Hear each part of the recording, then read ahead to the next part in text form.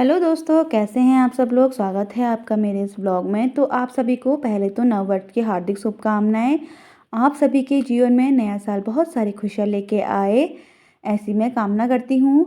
तो ये ब्लॉग है 14 दिसंबर का, जो मेरी लाइफ का सबसे बुरा दिन था, मेरे लिए और मेरे पूरे परिवार के लिए। तो आज के दिन मैं अपने मायके जा रही हूँ अपने भाई के साथ। सुबह 9 बजे हम यहाँ से निकल गए थे हल्द्वानी से ज्योलिकोट की ओर। हल्द्वानी से लगभग 20 किलोमीटर की दूरी पर ज्योलिकोट पड़ता है, नैनीताल रोड पे।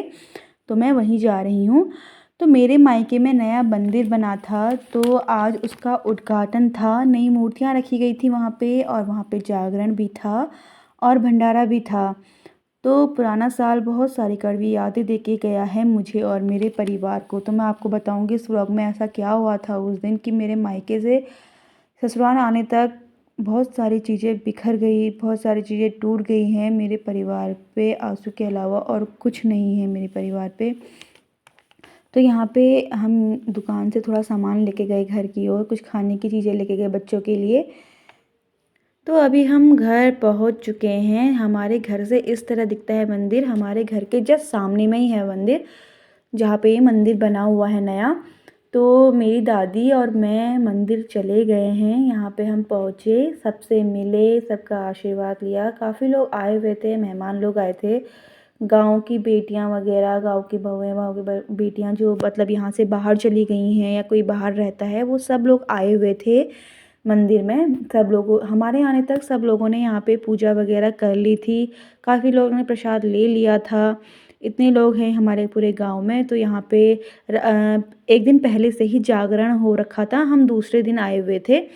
तो इतने सारे लोग आए हुए हैं गांव में। तो पूरे गांव से लेके जो दूसरे गांव में, तीसरे गांव में, सारे गांव में यहाँ का निमंत्रण निमंत्रण था, और उनको प्रसाद का और भंडारे का पूरा निमंत्रण दिया गया था। तो हम लोग भी आए हुए थे, मैं और मेरा भाई भी। तो यहाँ पे ये मूर्ति है जो माता रानी की मूर्ति को स्थापित किया गया है। तो मैं माता रानी के लिए चढ़ावा वगैरह सब लेने से लेके आई हुई थी हल्द्वानी से, वस्त्र वगैरह, माता रानी का श्रृंगार, उनकी भेंट सब वगैरह सब दी मैंने यहाँ के। तो बहुत ही सुंदर माता रानी है, संगमरमर की बनी हुई है ये माता रानी। शिव जी भगवान भी हैं, पार्वती मैया भी हैं और गणेश जी भी हैं। पहले इतना सब कुछ नहीं था इस मंदिर में, सिर्फ माता रानी ही थी, शेरों वाली माता रानी ही थी। अब बड़ा मंदिर बना है तो काफ़ी अच्छी मूर्तियाँ वगैरह सब कुछ स्थापित की गई हैं यहाँ पे। ये मेरी मम्मी है, मेरी मम्मी लोग भी यहाँ पे पहले से आ गए थे, उसके बाद मैं और मेरी दादी आए हुए थे।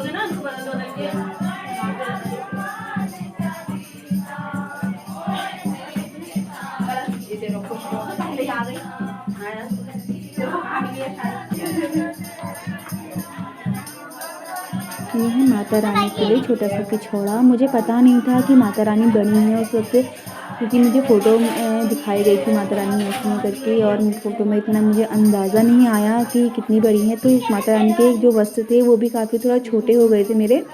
तो अगली बार जब जाऊँगी तो और अच्छी माता रानी के लिए वस्त्र वगैरह सब लेके जाऊँगी। तो प्रसाद वगैरह सब मैं लेके आई हुई थी।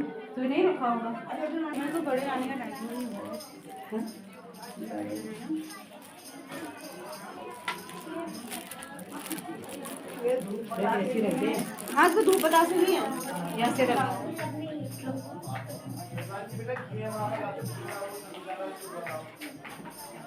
ये है माता, ये शिव जी भगवान जी की और पार्वती मैया की और गणेश भगवान जी की यहाँ पे स्थापना की गई है।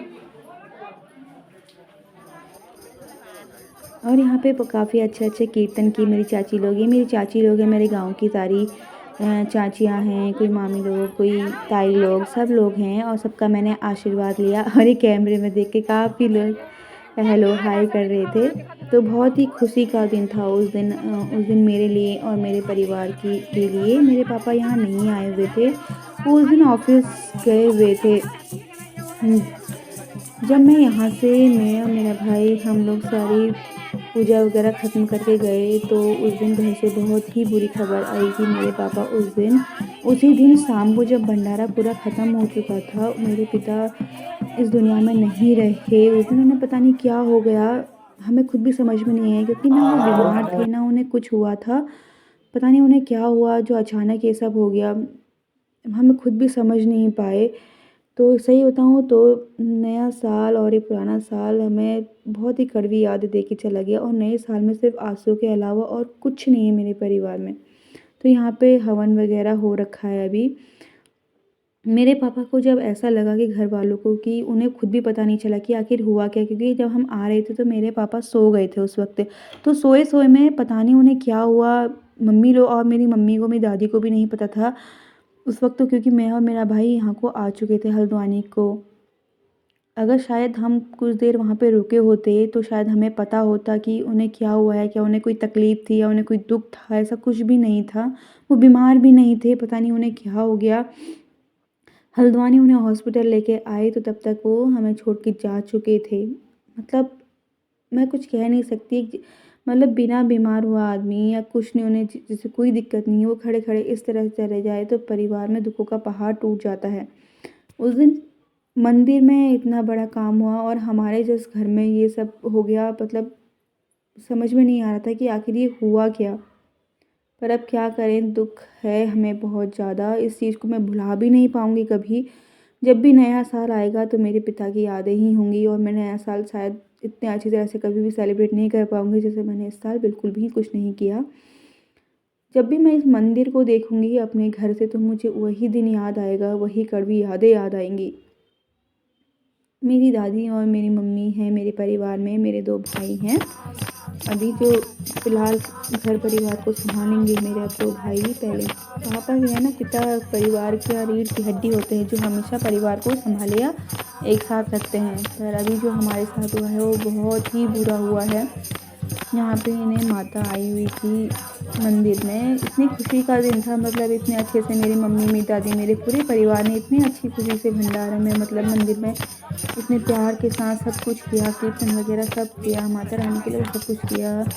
पर लेकिन भगवान ने हमें ये सब दे दिया, बहुत ही दुःख हुआ है, ये मैं आपको बता नहीं सकती।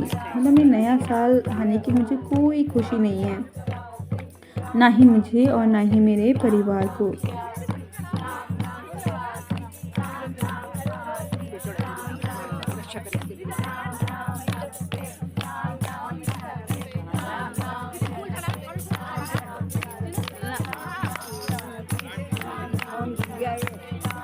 तो यहाँ पे इनके ऊपर माता रानी आई हुई है, तो सब इनका आशीर्वाद ले रहे हैं, कोई इन पे फूल चढ़ा रहे हैं, कोई इनका आशीर्वाद ले रहे हैं। ये पहाड़ में हमारे देवी देवताओं का ही होता है, किसी पे देवी आती है, किसी पे देवता आता है, आपने सुना ही होगा।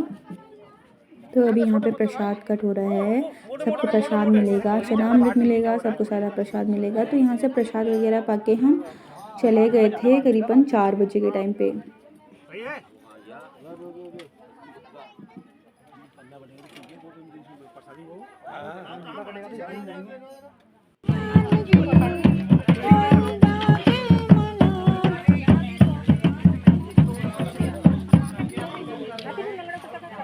तो आप देख ही रहे हैं हमने किस तरह से एंजॉय किया उस दिन को, और शाम होते होते वो सारा एंजॉय, कहते हैं ना कभी कभी ज़्यादा खुशी हो जाती है तो उसके साथ दुःख भी बहुत बड़ा मिल जाता है, तो दुःख भी मिलता है। तो हमें तो इतना बड़ा दुःख मिल गया है कि हम कभी भी नहीं भुला सकते इस चीज़ को।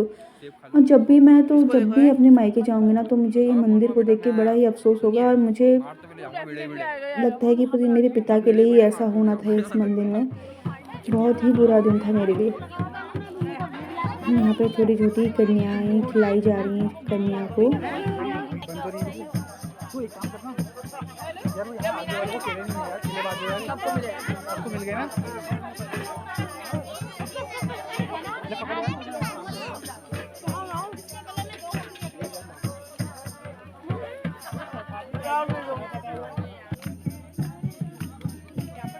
यहाँ पे भंडारे में पूरी, हलवा और छोले और आलू की सब्ज़ी और मिक्स सब्ज़ी बनी हुई थी।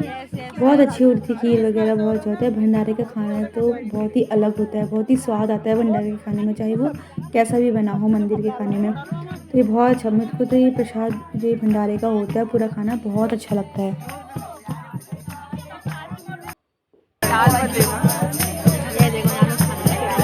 तो फ्रेंड्स अभी मैं घर से आ गई हूँ। आने का वीडियो व्लॉग नहीं बना पाई क्योंकि होता है ना मम्मी लोगों से दूर जाके फिर थोड़ा रोना आ जाता है, थोड़ा इमोशनल हो जाते हैं।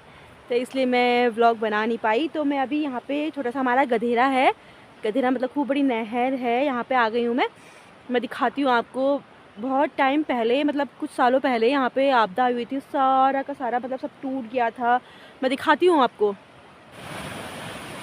तो ये यहाँ पे पहले पुल हुआ करता था, तो सब टूट चुका है ये आपदा में। इतना बड़ा गधेरा है हमारा। तो यहाँ पे हम काफ़ी टाइम रुके हुए थे। उस दिन ऐसा हो रखा था ना, अब जाने का मन भी नहीं कर रहा था। तो हम इतनी शाम हो चुकी थी जब हम यहाँ पे पहुँचे थे। तो मैंने काफ़ी टाइम कहीं-कहीं पे रुक के अपने घर में फ़ोन भी किया कि कुछ गलत हो रहा है, क्योंकि मन में बहुत डर जैसा